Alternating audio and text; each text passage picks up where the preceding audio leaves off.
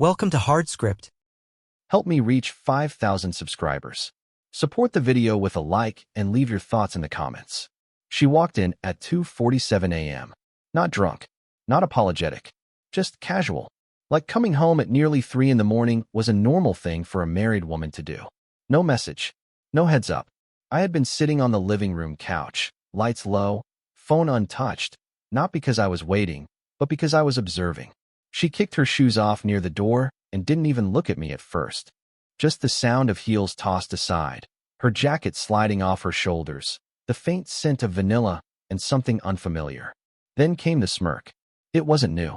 That smug little twitch in the corner of her mouth had become her signature over the past few months, especially when she knew she was pushing limits. "Be grateful I even came home," she said, half laughing, like she was throwing me a favor. And that was it. That one sentence. That one moment where everything crystallized. Where the months of disrespect, of silence, of passive-aggressive digs, of her slow exit from our marriage, it all focused into one line. Be grateful. As if she was some gift I was lucky to receive when she felt like giving. I stood up. Not fast. Not in anger. Just steady. I looked her in the eye and said, "Thanks, but why? You don't live here anymore." Her smirk cracked. Not fully. Just enough to register that she'd heard it. Really heard it. But I didn't wait to see her reaction fully land. I didn't raise my voice. I didn't demand answers. I just walked past her, grabbed my keys from the hook by the door, and left. Not forever. Not yet. But long enough to let the silence speak louder than anything else I could say. As I pulled out of the driveway, I caught a glimpse of her through the window. She hadn't moved. Just stood there, still holding her purse, like reality hadn't caught up to her yet. But it would. Because this time, I wasn't making a point. I was making a decision. And unlike every other time, she pushed the line and I stepped back. This time, the line held. This time, I wasn't the one chasing clarity. I was the one closing the door. I didn't go far that night. Just enough distance to think without the weight of her presence pressing into the room. I parked at a 24-hour diner. Empty, fluorescent, humming like a machine too tired to quit. Ordered black coffee, no food. I didn't need comfort. I needed clarity. She thought I'd cool off. That I'd come back and sleep beside her like nothing happened. That, by morning, the silence would fold itself back into routine. But the truth was, I hadn't left to escape her. I left to begin the process. I opened my phone and started logging into the accounts. Not hers, mine. Ours. The shared ones. The ones she'd stopped paying attention to when she stopped being invested. First, I shut off the joint credit card. The one she used for brunches and boutique candles and ride shares that didn't always lead back home. Then, I disabled her access to the checking account. Quietly. No overdraft alerts. No red flags. Just a clean cut. I logged into the car app. The SUV we shared had tracking. I set her profile to guest. Then scheduled a service lockout starting the next afternoon. She'd still be able to drive it home. Just not drive it again after that. Passwords followed. Netflix. Amazon. Even the grocery delivery we used from Costco every weekend. I changed them all. Not to hurt her, but to reclaim the parts of my life I'd given away without realizing how far they'd drifted. By the time I got back home, the sun hadn't risen yet. The streets were still dark. The kind of stillness only people with unfinished business ever really feel. I entered through the side door. Quiet. Intentional. She was asleep on the bed, one leg out from under the sheets, phone still glowing faintly beside her. I didn't touch her. Didn't speak. I just looked around the room we used to share. The one that had started feeling like a waiting room I never asked to sit in. Then I walked to the hallway closet, grabbed the small duffel bag I'd packed 3 weeks ago. Back when I first noticed she'd stopped coming home with stories and started coming home with silence. I took only what mattered: documents, laptop, a watch my father gave me, and the keys to the storage unit. By the time the sun came up, I wasn't angry. I was focused. She'd wake up thinking it was just another fight. But I wasn't building space for an argument. I was building distance for a life without her. And that process had already started. Morning came the same way it always did. The sun dragged itself across the blinds. The coffee machine sputtered in the kitchen, and the world went about pretending everything was fine. But for her, that illusion cracked before she even left the bed. She reached for her phone. No text from me. No missed calls. No morning message. Just silence. It didn't hit her right away. Not the way things should when something real is gone. But silence has a way of building pressure, quietly, until the weight makes itself impossible to ignore. She got dressed like always. Oversized hoodie, hair pulled back loose, that too casual to care look she thought masked indifference with power. She grabbed her keys, stepped out the door, and paused. The SUV didn't unlock. She pressed the key fob again. Nothing. Tried the app. An error flashed. By the third attempt, she was frowning. She went back inside to grab her wallet. Probably annoyed, probably assuming the system glitched. She'd call someone about it later. For now, she'd take my car. Only it wasn't there. The driveway was empty. Still, no panic. Just confusion, wrapped in habit. She called a ride to Starbucks. Used the joint card without thinking. Declined. She tried again. Declined. Her face must have shifted then. Not just because of the inconvenience, but because the world was no longer giving her the response she expected. Like someone had moved the furniture in a room she thought she owned. She opened her banking app. Access revoked. That was the moment she started texting. One after another, like the floodgates cracked. Hey, did something happen? This your way of punishing me? Can we talk? But I wasn't answering. Not because I wanted her to spiral, but because there was nothing left to say. While she scrambled for the routine she once took for granted, I was 2 towns over. At a small Airbnb, bare bones but clean, no pictures on the walls. Just space. And quiet. A fridge stocked from Walmart. A new phone number I hadn't given to anyone yet. A new route to work that didn't pass our street. She thought this was about teaching her a lesson. But it wasn't. It was about me finally stepping out of the story where I was written as the fallback, the doormat, the grateful one. She thought I was cooling off. But I wasn't on pause. I was already gone. And now, her reality was catching up to that fact. The thing about control is that you don't notice it until it's gone. And she was someone who lived on control, not through force, but through presence. Through timing, charm, the casual art of always being the one who cared less. It worked in rooms, in conversations, in our marriage. Until it didn't. I watched from a distance that day. Not physically. I wasn't following her around or checking her location. But I knew her patterns. Her habits were predictable, even if her heart had stopped being. She showed up to work like nothing had shifted. Same posture, same tone, the same half-laugh she used to dismiss anything uncomfortable. But people see more than they say. And when the energy around you changes, it doesn't take long for people to feel it.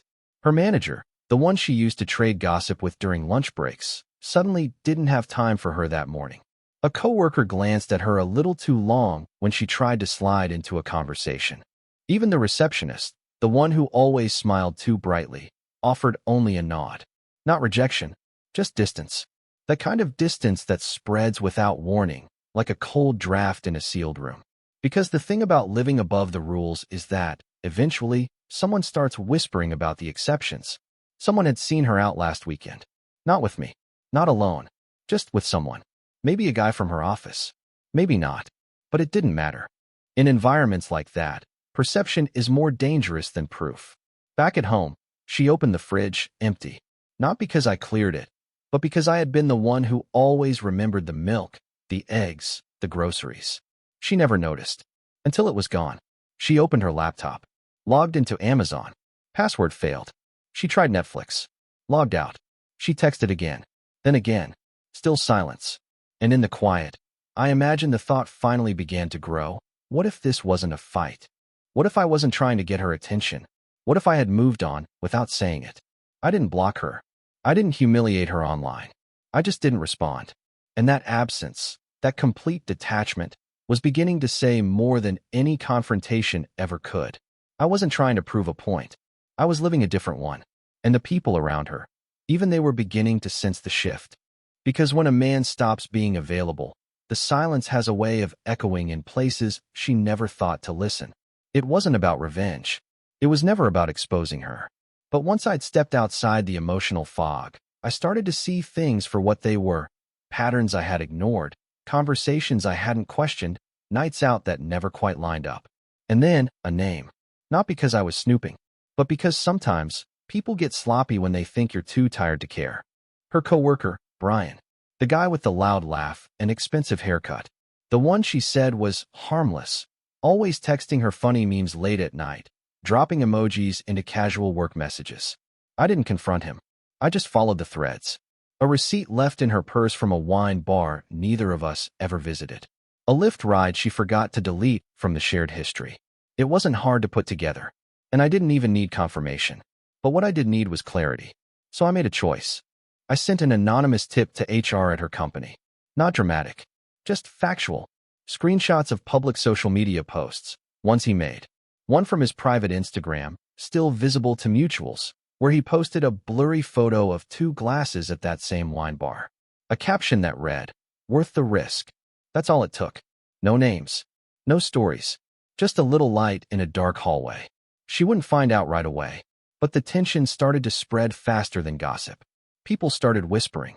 HR quietly called him in. She noticed the shift in his tone when he spoke to her. The way he stopped lingering at her desk. The way he avoided eye contact in meetings. By the end of that week, he took 2 days off. And she, for the first time, looked nervous. Not dramatic. Not falling apart. Just off balance. Because the man who used to chase her with apologies was now invisible. And the one she leaned into for attention was pulling away, too. She texted me again. More words this time. Not angry. Not cruel. Just lost. Can we talk? I read it. Didn't reply. Because that message wasn't for me. It was for the version of me she used to manipulate. The one who needed closure, who wanted to make sense of chaos. But that man was long gone. I didn't need to burn her world down. I just needed to let her set the fire herself. And she had already struck the match. When someone builds their image on control, the last thing they expect is silence. Not anger. Not confrontation. Just absence. And that's exactly what began to bloom around her. A silence that stretched wider with each day. She reached out to her closest circle first. The ones she used to call her tribe. Weekly brunches at Olive Garden. Group chats filled with Target links and Amazon screenshots. Memes and validation. But the replies slowed down. One friend didn't show up for their usual Saturday mimosa session. No explanation. Just a vague, busy this weekend message. Another left their group chat quietly. No drama. No final word. The third one, Lauren, didn't unfollow her, but she muted her. And when someone mutes you, you can feel it. The digital room feels colder. Your stories stop getting views. Your jokes echo in the void. It wasn't that they knew the whole story. They didn't need to. People can sense when something's rotten. They feel the shift. They notice the hesitation in someone's tone, the way their words stop aligning with their behavior. And most of all, they recognize when someone is no longer the main character in their own life. And she wasn't anymore. Because the woman who once told the loudest stories at brunch was now stumbling over excuses. The SUV was still in the driveway, locked and unused. Her social posts were trying too hard. Too many selfies, too many captions about healing and space and protecting my peace. But there was no peace to protect, and people around her felt it. Meanwhile, I was silent. Not watching her fall, just watching the system correct itself. Because when someone builds an identity on charm, the collapse doesn't come from one dramatic reveal. It comes slowly, through whispers, missed invites, quiet unfollows. She once thought I was her shadow. Always there, always available. Now she was the one casting her eyes into empty rooms, hoping for a presence that had long since moved on. She posted a quote that night, something vague about loyalty and truth. But loyalty isn't tested when things are easy. It's tested when silence replaces applause. And in her silence, she realized something terrifying. No one was coming to save her. Because the audience she used to perform for was already watching someone else. And the man she thought would always orbit her? He'd already left her galaxy. I wasn't hiding. That's the part people misunderstand. They think silence is retreat. But for me, silence was space. And in that space, I rebuilt everything. I moved back to the city, not the same apartment. New place. Smaller. Cleaner. Closer to who I really was before I turned into someone else's convenience. My days weren't dramatic. I didn't fill them with revenge fantasies or bitterness. I filled them with real things. Morning runs. Cooking meals I actually liked. Catching sunsets without checking if someone was filming me for Instagram. I bought new clothes, not expensive ones, just ones that fit the man I had become. I started going to the gym again, not because I wanted to post it, but because I liked the burn, the silence of it, the ritual. And I started seeing people, real ones. Friends I hadn't seen in years. Faces that reminded me who I was when I wasn't orbiting someone else's chaos. And slowly, people began to notice. At first, I didn't care.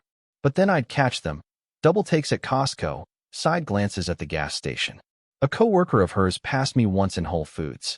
Didn't say anything, but I saw her eyes widen just slightly. And that was enough. I wasn't loud. I wasn't showing off. But transformation doesn't need to announce itself. It just walks into a room and shifts the temperature. I didn't post about it, but word travels faster than posts, especially in the kind of town where everyone knows someone. So I wasn't surprised when I saw her across the parking lot one day. She was alone, holding her phone like it was her last defense. Same sunglasses. Same jacket she wore the night she told me I should be grateful she even came home. She didn't say anything, just froze for a second. And I nodded. Not bitter, not cold, just gone. Gone from the version of me that needed her attention. Gone from the cycle of waiting, asking, hoping. She looked at me like she didn't recognize what she was looking at. And in a way, she didn't. Because when a man stops existing for someone and starts existing for himself, it shows. And nothing shatters illusions faster than seeing someone you thought you broke, walking around like you never mattered. The message came late. Not angry, not emotional. Just, hey, I found something of yours. Want to grab it? There was nothing I needed from her. Nothing worth retrieving. But I said sure. Because sometimes, silence isn't about avoidance. It's about presence on your own terms. We met in a parking lot. Neutral ground. She stepped out of her car holding a box. Too small for anything important. Too big to be casual. I could tell she spent time getting ready. Hair done, nails fresh. That same perfume that used to hang in the doorway long after she left. She handed me the box like it was some kind of olive branch. I took it. Didn't even open it. She started talking. Not fast. Not desperate. Just enough to see if there was still air between us. Enough to see if I'd flinch. She said she'd been thinking. Said things had gotten complicated. Said she missed the way I used to look at her. I didn't smile. I didn't nod. I didn't reach for anything. I just listened. And when she was done, I said, I hope things get less complicated for you. That was it. No accusation. No memory games. No, what happened to us? I gave her the only thing I had left to give, my absence. She waited like I might add something. Like I might blink and revert back to the man she used to have wrapped around her finger. But I didn't. Because that man was gone. She tried to hold eye contact. Tried to find some crack in my expression. But I wasn't being distant. I wasn't being cold. I was just done. She finally said, Is that all? And I said, yeah, that's everything. She nodded, slowly. Got back in her car. Drove off slower than necessary, like the delay would change something. I waited until her car disappeared from view. Then I looked down at the box. Inside was a watch. Mine. One she gave me on our first anniversary. Still ticking. Still clean. I didn't feel anything. Because I wasn't that man anymore. And wearing that watch wouldn't bring him back. So I dropped it off at Goodwill on the way home. Let someone else give it a new story. Because ours had already ended. And the ending didn't need music. It just needed silence. People think loss is loud. They imagine screaming, broken glass, some explosive end. But sometimes, the real collapse is silent, so quiet it echoes. She didn't lose her job. She didn't get exposed. There was no scandal with flashing lights. But her world still collapsed. First came the shift in tone. The ones who used to praise her started changing the way they spoke around her. Their voices softened, became more careful, like they didn't want to be caught agreeing too much. Then came the small exclusions. A birthday dinner she didn't hear about. A weekend trip where she found out through Instagram stories. And worst of all, the admiration disappeared. No more compliments on her strength or her boss energy. Just polite nods. Empty laughs. A glance at the phone mid-conversation. She tried to double down. Started posting more. Fake smiles, staged Starbucks runs, quoting books she never read. But even the algorithm seemed to sense it. Her likes dropped. Comments dried up. The problem wasn't her behavior. It was her energy. People could feel it. The desperation. The forced presence. The hunger for relevance. She had built her identity on being wanted. And now that the room was looking elsewhere, she didn't know how to stand still. Meanwhile, I wasn't watching. I wasn't tracking her fall. I was just living. I had booked a trip. Something simple. A few days out in Colorado. Cabin. Hiking. No Wi-Fi. Just breath and space. The kind of trip I used to beg her to take with me. Now I didn't need to beg. I just packed and went. I didn't post pictures, but someone saw me at the airport. Snapped a photo. Sent it to her, maybe. I wouldn't know. But I heard, through someone else, that she saw it. And that she didn't take it well. Because nothing hurts someone more than realizing they've been replaced. Not by another person, but by peace. My peace. No revenge. No new girlfriend on display. No bitter captions. Just me. Smiling. Present. She once told me I wasn't enough. Now she had everything she thought she wanted, and no one to share it with. Her life didn't explode. It just dimmed. And somehow, that was louder than any breakup. Because silence doesn't beg to be heard. It just makes everything else feel too loud. I heard she came by the old place. Not because she missed the house. Not because she forgot something. She came because sometimes, people return to the crime scene. Not to confess, but to see if the heir still remembers what they did. She had the key. I hadn't changed the locks yet. Didn't need to. There was nothing left inside worth locking up. No furniture. No pictures. No scent of Sunday mornings or late-night arguments. Just empty walls and quiet echoes. She stood in the center of the living room where she used to laugh too loud. Where she once threw a glass because I said I didn't like how she spoke to me in front of her friends. Now, even the silence refused to speak to her. A neighbor saw her standing there. She didn't cry. She didn't rage. She just looked around, like the ghost of herself, trying to remember if any part of the world still belonged to her. But it didn't. Not the space. Not the story. Not me. I was already gone long before I moved out. I had packed my self-respect first, then my peace, then my silence. Everything else was just decoration. She left a note. Not handwritten, just a receipt with 3 words scrawled on the back. I was wrong. No name. No signature. That was the most honest she had ever been. I didn't respond. Didn't text. Didn't call. Didn't send it back. Some messages don't need answers. They're just the last drops from a well that dried out long ago. She told me once I was lucky to have her. But the truth? She never really had me. Not all of me. Because the version of me that waited, begged, adjusted, he was temporary. The real me was the one who let go without noise. The one who didn't slam doors, but quietly removed his name from the lease, his photos from the wall, and his future from her plans. She came looking for closure. But I'd already locked that door from the inside. And the final words she never got to hear? You can't come home to a place that no longer exists. Support the channel by liking, commenting, and subscribing. I promise even more interesting stories.